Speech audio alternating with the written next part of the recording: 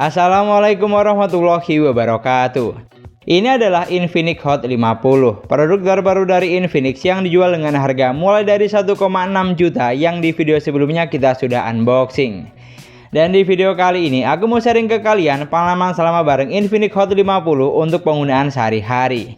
Dengan harga dan spesifikasi yang ditawarkan, apakah menarik untuk dilirik atau biasa saja?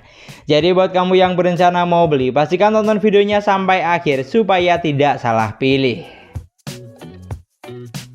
Yang pertama untuk urusan desain, jujur saya suka dengan apa yang ditawarkan HP ini dan saya yakin kamu juga setuju. Tampilannya mewah serta kekinian, tidak terkesan murah sama sekali, mulai dari kombinasi warna hingga setup kameranya. Dan yang tidak kalah penting, untuk konsep layar yang digunakan juga sudah pancol display kekinian sehingga menambah kesan mewah. Pokoknya untuk urusan desain di sini saya no comment, karena apa yang ditawarkan HP ini sudah oke banget untuk kelas harganya, baik dari tampak belakang maupun depan.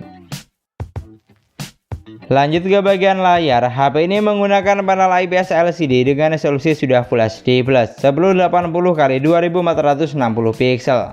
Refresh rate-nya bisa sampai 120 Hz dan untuk kecerahan layarnya ada di angka 800 nit. Dari spesifikasi layar yang digunakan, di sini ada 2 poin upgrade yang saya suka. Yang pertama, resolusinya sudah Full HD+, di mana untuk warna yang dihasilkan sangat memuaskan. Gambarnya terlihat jelas serta tajam, dan untuk karakter warnanya juga lumayan pop-up atau ngejreng, karena kebanyakan merek lain dengan harga setara hanya dibekali dengan resolusi HD+. Dan yang kedua, kecerahannya lebih tinggi, ada di angka 800 nit. Beda dari seri sebelumnya yang hanya di angka 450-500 nit saja. Pokoknya untuk urusan layar, di sini saya juga sangat puas karena kualitas layarnya bagus, nyaman untuk digunakan berbagai kebutuhan. Pindah ke bagian spesifikasi, unit yang saya punya dibekali dengan kapasitas memori 8/128 GB yang masih bisa ditambah dengan microSD. Dan yang saya suka, untuk jenis ROM yang digunakan sudah UFS 2.2 dengan skor pengujian ada di angka 43.000 poin. Jujur sangat menarik ya, selain kapasitas memorinya besar, untuk tipe memori yang digunakan juga tidak kaleng-kaleng. Karena jika kita cross check dengan harga setara, kebanyakan merek lain masih menggunakan memori MMC dengan skor pengujian hanya di angka belasan ribu poin, tapi tidak dengan HP yang satu ini. Lalu untuk dapur pacunya di sini juga tidak kaleng-kaleng karena sudah ditenagai dengan chipset Gahar MediaTek Helio G100 octa-core 2,2 GHz, fabrikasi hanya 6 nanometer. Di mana untuk Geekbench 6 skor yang dihasilkan ada di angka 740 dan 1834 poin untuk multicore-nya. Sementara untuk Antutu Benchmark skornya tembus sampai angka 420 ribuan, sangat tinggi untuk kelas harga 1 jutaan dan gokil parah menurut saya. Karena kebanyakan merek lain dengan harga setara hanya ditenagai dengan chipset MediaTek Helio G80 series, di mana untuk skor Antutunya hanya di angka 200 ribuan saja.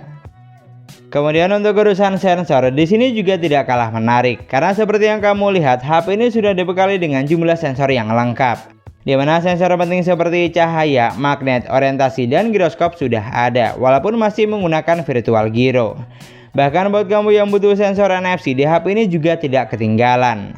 Pokoknya untuk urusan dapur pacu, kamu tidak usah ragu karena spesifikasi yang ditawarkan HP ini sudah paket super lengkap untuk harga 1 jutaan. Kapasitas memorinya besar, chipsetnya Gahar, dan untuk urusan sensor di sini juga lengkap, tidak kaleng-kaleng sama sekali. Sekarang untuk performanya, digunakan buat main Mobile Legends, grafik yang terbuka bisa sampai ultra dengan frame rate hingga super. Dari apa yang saya rasakan, game yang satu ini sudah mampu dijalankan dengan baik. Gameplaynya cukup sat-sat, baik saat sedang 1 lawan 1 atau lagi tempur rame-rame. Kendala seperti lag atau frame drop juga jarang saya temui. Pokoknya selama jaringan bagus, game yang satu ini sudah mampu dijalankan dengan lancar atau bisa dibilang playable.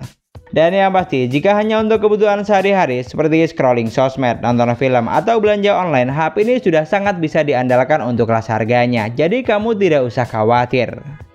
Lalu digunakan buat main game berat seperti PUBG Mobile, HP ini juga sudah mampu menjalankan game dengan baik. Grafik yang terbuka bisa sampai smooth ultra dan mentok hingga SD high.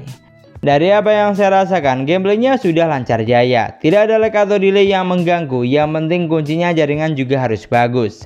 Mungkin yang perlu sedikit digarisbawahi, untuk giroskopnya di sini masih menggunakan virtual gyro, jadi terasa delay alias kurang responsif. Namun yang jelas untuk harga 1,6 juta, performa dari HP ini sangat tidak mengecewakan menurut saya. Buat kebutuhan casual lancar jaya, diajak untuk gaming juga masih bisa banget. Pokoknya kamu tidak usah worry.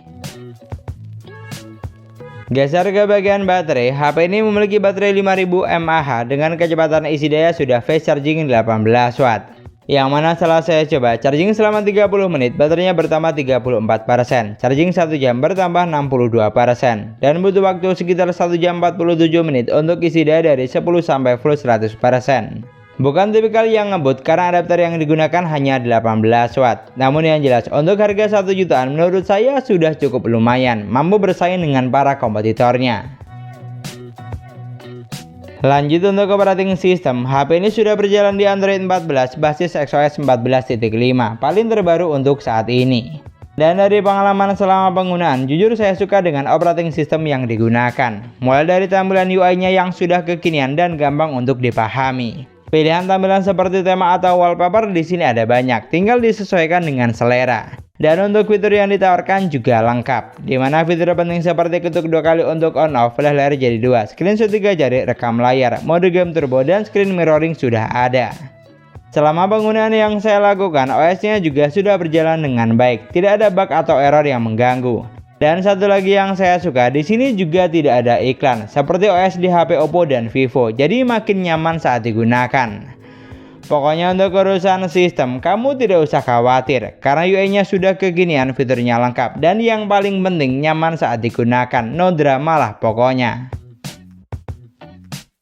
Yang terakhir untuk sektor kamera, di sini ada 50 megapiksel kamera utama dan 8 megapiksel kamera selfie yang sudah dilengkapi dengan lampu flash depan seperti ini. Untuk besaran megapiksel yang digunakan di sini sih hanya standar saja ya, sama seperti HP 1 jutaan pada umumnya.